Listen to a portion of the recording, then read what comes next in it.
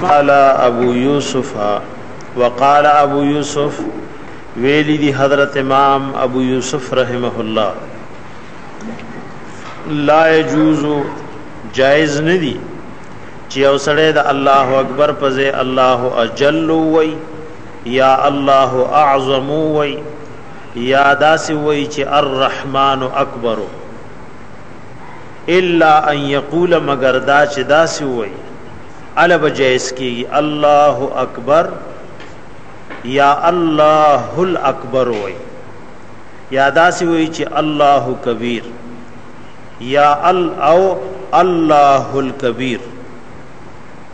نو دا سلور الفاظ چې وی ویل بسې کی وګوره دام خبره ده چې په دې ټولو کې مسنون طریقہ الله اکبر ویل دا نور کو سو کوی نو د سنت د الفاظ نه خلاف وي خود دې ائمه او دغه اختلاف چې چون کې د تکبیر تحریمی نه مراد د رب العالمین ذکر کولی نو وی پکم الفاظ سره چوشو نو هغه فرض ذکر ادا شو دغه مروچ په الله اکبر الفاظ سره ني نو سنت نه خلاف راغی سنت نه خلاف راغی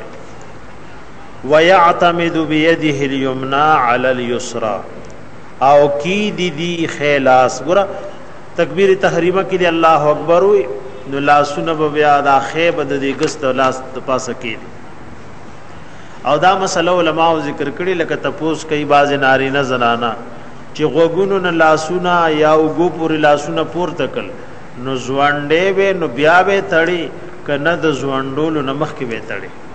نو دواړه خبرې په شریعت کې جایز دي او بهتر ادا چې لاسونه ادا سوجت کړ چې الله اکبر نو د ځوانډولو نمخ کې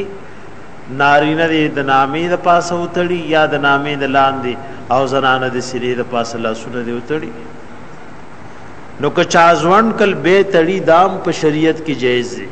او بهتر ادا چې ځوانډولو نمخ کې دسو کې او دې تړي ويعتمد بيده اليمنى او کی دی خلاص علی اليسرى په دې غس لاس باندې دا دې پکی دي داسه ورکی خودلم احادیثو کې راغلي دارنګنی ولم راغلي زمون بعض فقها لیکلي چې داسې و کې په دې دوه غوتیونی سي او د درې پکی دي نو په دواړو روایتو عمل راشي د نیو په یو حدیث کې راغلي چې په دې خلاص بغس رونی سي یو کې راغلي چې کې به دي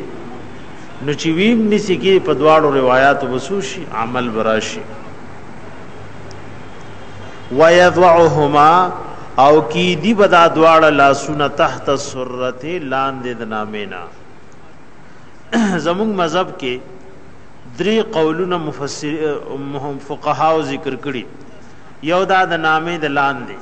دویم دا د نامې د پاسا او دویم د نامې نه لګبره نو که چا د نامې د پاسه کې خلق د لاندې کې خل دا ټول عمل له یعنی په سنت طریقې باندې دارنګ بعض مذاهبو کې لکه امام شافعی رحمت الله علیه مسلک د سینې د پاسه کې دي اغم کو سوکو کې نو غ ناروا نه دي خبر د نقصان دادا که یو سړی په نامې لاسي خو د سینې والو لوي چې تا خو غلط کار وکړ یا چې سو کې پسینه لاسونه تړي او د نامې والو لوي چې تا غلط کار وکړ دا دواړه خبرې د صحابه کرامو نه ثابت دي چا چې په کوم عمل کو دي فروعي مسائلو کې جنگیدل دا سبب د نقصان دی دواړه اعمال په دین کې ثابت دي ثم یقول بیا بووي د لاسونو تړلو نه پس سبحانك اللهم پاکی د تعالی یا الله وبحمدک او صفاتنا دی تعالی را وتبارک اسمک او برکت والد نمستا وتعالى جدک او لوی د شانستا ولا اله غیرک او نشته د بل د عبادت مستحق او لایق بغیر ستانه یوازې ته د عبادت او دارنګ د بندګیری لایق او مستحق بیا ګورئ سر وقال ابو یوسف ویلی دی امام ابو یوسف رحم الله لا يجوز نروا کی الا یقول مگر دا چې دا مسکون کې وای الله اکبر دا سی وای یا الله الاکبر وای یا الله کبیر وای یا الله الکبیر وای. د ټولو معنی دا و چې الله ډېر لوی دی. ويعتمد کی دی بيده اليمنى خلاص على اليسرى پدیګس ويضعهما کی دی تحت السرة لاندې د نمنا او دا د نارینو حکم دی.